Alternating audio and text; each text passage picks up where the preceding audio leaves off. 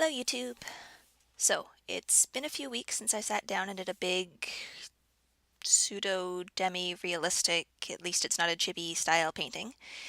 And a few days ago, 5 or 6, almost a week, I came up with a cool new story idea.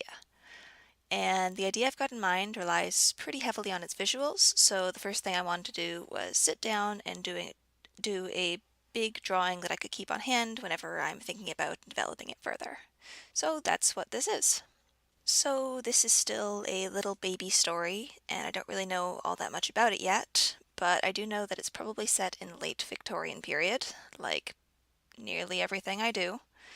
And it's going to be a sort of alternate history.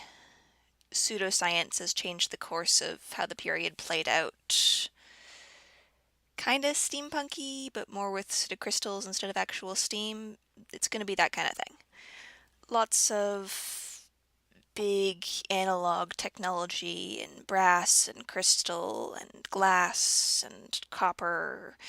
Probably some gears somewhere, because who doesn't like a good gear every now and again? And these glowing pseudoscience magic crystals everywhere that are basically powering the technology by having them installed on the backs of people's skulls. So the woman here is probably one of the main characters. As I said, I'm still kind of iffy on where the story is going. And she's definitely the person who invented all this crystal nonsense in the first place. So she's mysterious, she's jaded, she's got a cool steampunk cyborg arm, and she's at the center of this whole crystal in the back of your skull technology nonsense. So I really wanted to draw her sort of in the shadows, being all mysterious-like, but also highlighting the crystal at the back of her skull and her crazy metal arm thing to show those elements of the character at the same time. This was also yet another excuse to play around with interesting lighting. I'm really pretty happy with how the color on this turned out in the end. I got a little ambitious in that there's really strong lighting being shown from 3 separate sources. There's the crystal, there's the light from the window, and then there's the sort of warm light that's coming from outside the frame. And honestly, I think they all turned out pretty nicely. I think the picture's more coherent than I was worried it was going to be when I started out.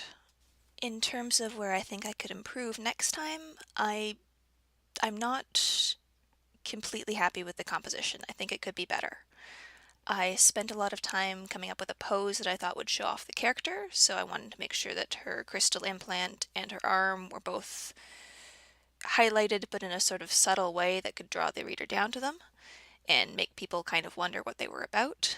But while I think I did that okay, I'm not really satisfied that the rest of the picture is cohesive.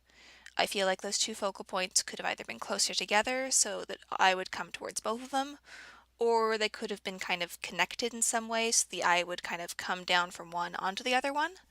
But I really couldn't find a good way to do that and also keep to the sort of scene that I wanted to portray, that I wanted to illustrate. But there's still a lot of things I learned with this piece. This was also my first time trying to paint water droplets against a window, and I think I came up with a pretty decent technique for that, and I'm pretty happy with the results of those. I still need to work on painting faces, especially in this anime pseudo-demi-realistic style, and especially when I'm drawing older people, where I actually have to know a little bit more about how the face works so I can put wrinkles and folds in the correct places. So that's more stuff to work on more in the next piece. Yeah, but I'm still fairly happy with how it came out in this picture. I did a lot more overpainting in this than I'd usually do. That's where I go in on a separate layer over top of the line art and I kind of blend it in, add additional colors, sometimes fix small mistakes I've made. And it's not something I usually bother with if I've got strong line art I'm happy with, but I did so much painting work with the colors on this one. I felt the line art was flattening everything down a little bit too much, so I really thought that it helped going back in there and doing just that little bit of extra painting on top to make everything a little bit softer and more uniform. Yeah, so that's about it for this piece. If you want to see more of my artwork, or if you occasionally want to hear me ramble about my story ideas, please definitely hit the subscribe button if you haven't already. Thanks so much for watching, and I hope I'll see you around again.